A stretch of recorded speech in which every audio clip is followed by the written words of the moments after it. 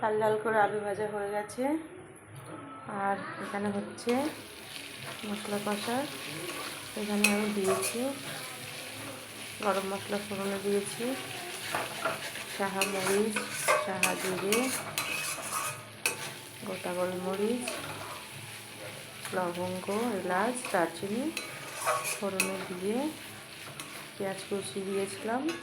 পেঁয়াজ কুচি ভাজা হয়ে যাওয়ার পরে আমি দিয়েছি আদা রসুনের পেস্ট, সেটাও ভাজা হয়ে এসেছে। এবার আমি দেবো বাকি মশলা, দিয়ে দিচ্ছি সল্ট,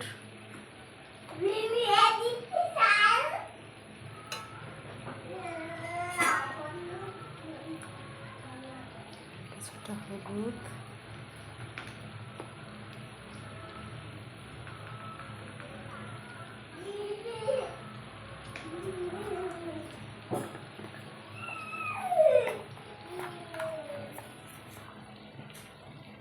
জিরে গুঁড়ো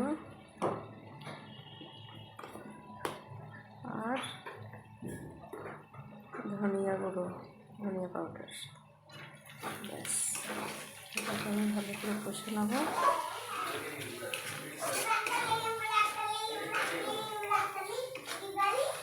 এদিকে আমার হচ্ছে ভাত। ভাতটা আমি ফ্যান ঝাড়ানোর টাইম হয়ে গেছে। ভাতটাকে ফ্যান ঝাড়িয়ে নিই, তারপরে আবার আসছে।